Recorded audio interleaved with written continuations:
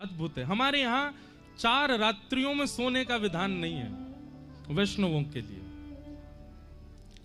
पहली जन्माष्टमी, जन्माष्टमी को नहीं सोते, और इनमें सोने का विधान इसलिए नहीं है कि हमें जागरण करना, इसलिए नहीं कि इन 4 रात्रि में ठाकुर जी भी ना सोए या हमारे हम कैसे सो सके।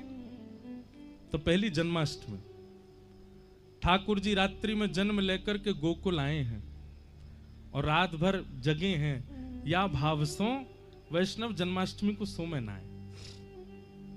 ठाकुर जी को 12 बजे अभिषेक आदि जन्मोत्सव करने के बाद रात भर नाचो, उत्सव मनाओ, फिर सोनो काई को नंद घर आनंद भयो जय कन्हैया लाल की। दूसरो राधाष्टमी, राधाष्टमी को भी मत सो। क्यों? रात भर जागरण करो। सुबह 4 बजे किशोरी जी को प्रादुर्भाव होएगा, उदया तिथि में किशोरी जी पधारेंगी, तो जब तक किशोरी जी नहीं पधारे तब तक नाम संकीर्तन करो, तब तक नृत्य करो, तब तक उत्सव मनाओ। और सुबह किशोरी जी को जब जन्म हो जाए तब उत्सव मना करके, अब भोर ही गई 6-7 बजे, अब कहा सोनो, अब तो बधाई बांटो, बधाई लुटाओ, घर घर जाए करके सबन को बधाई दो। तो इसलिए दूसरी रात्रि है जन्माष्टमी, नहीं सोते। और तीसरी रात्रि शरद पूर्णिमा, ठाकुर जी रात भर नहीं सोते। और क्यों ना सोमे? भक्तन के संग मिलवे के काजे, उनके संग आनंद करवे के काजे ठाकुर जी ना सोमे, या हमारे भक्तन को भी नहीं सोना चाहिए, रात भर उत्सव होना चाहिए। और चौथी रात्रि दीपावली, दीपावली को भी सोवे को विधान नहीं है। अपने घर में पूजा आदि से निवृत्त रह जाओ और वाक्य बाद फिर रात भर जागरण करो। क्यों? अब ब्रज के भाव से ठाकुर जी दीपावली वाले दिन अन्नकूट सजाए करके बैलगाड़ी में सबन के संग पहुंचे गिरिराज जी। यहां करके परिक्रमा लगाई है, पंचामृत अभिषेक कियो गिरिराज जी को, मानसी गंगा में स्नान कियो।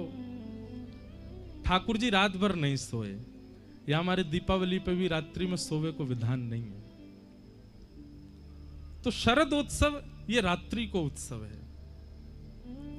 और रात्रि को उत्सव क्यों है? क्योंकि रात्रि अपनों की होती है। ठाकुर जी पहले ही निमंत्रित कर चुके हैं सब गोपीन सो कि हम शरद पूर्णिमा की रात्रि में आपसे मिलेंगे।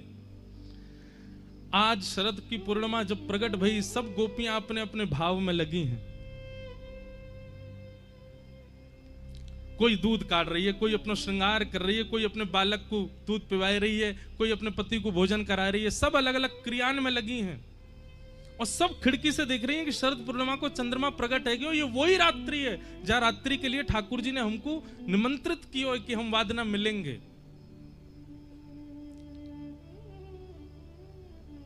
लेकिन कोई भी गोपी जा नहीं रही है। क्यों? सब गोपीन के मन में एक भावना है रही है कि एक बार और कन्हैया बस ये प्रकट कर दें कि वो चाह में कि हम आ जाएं तो हम जाएंगे। ठाकुर जी रास बिहार की भूमि में पहुंचे, जैसे ही देखो कि अभी तक कोई भी गोपी नहीं आई है, सब गोपीन को बुलावे के भाव से ठाकुर जी ने वेणु नाद कियो, वेणु रव कियो। अब वंशी तो बज रही है, सबको सुनाई दे रही है, लेकिन केवल कृष्ण प्रेम जिनके चित्त में है। देखो एक भैया बात सुनियो, कथा हजारों लोग सुन रहे हैं पर बदलवे वाले 100 ही हैं। कथा हृदय स्पर्श केवल दसन को ही कर रही है, भले ही कितनी भीड़ बैठी हो। या को मतलब क्या है? वंशी तो बजा रहे हैं ठाकुर जी, पर सुनाई उन्हीं को दे रही है जिनके चित्त में कृष्ण प्रेम है। आज भी ठाकुर जी वंशी बजा रहे हैं, आज भी ठाकुर जी लीला कर रहे हैं, आज भी ठाकुर जी कोई विशेष पूर्णिमा के दिन ही ठाकुर जी नहीं कर रहे हैं। हर दिन पूर्णिमा है वृंदावन में, हर दिन रास बिहार हैरो है, पर अनुभव केवल उन्हीं को हैरो जो वह स्थिति में आ चुके हैं, जो वह स्थिति में पहुंच चुके हैं, उनको आज भी अनुभव हैरो ठाकुर जी को। पंडित श्री गया प्रसाद जी महाराज गिरिराज जी में नित्य अनुभव करते ठाकुर जी को। क्यों? क्योंकि चित्त में वो प्रेम की स्थिति आ चुकी है। मीराबाई, कुंभनदास, सूरदास, कृष्णदास, गोविंद स्वामी, इन सबन को नित्य दर्शन होते ठाकुर जी के, क्योंकि प्रेम की स्थिति और हृदय वाय स्थिति में आ चुका है कि ठाकुर जी इनको कभी भी अनुभव कराते हैं। तो वंशी तो बजाई ठाकुर जी ने जैसे, लेकिन व्हाट्सएप पे एक वो होता है ना ब्रॉडकास्ट मैसेज, वो मैसेज उन्हीं को जावेगो जो वह लिस्ट में होंगे।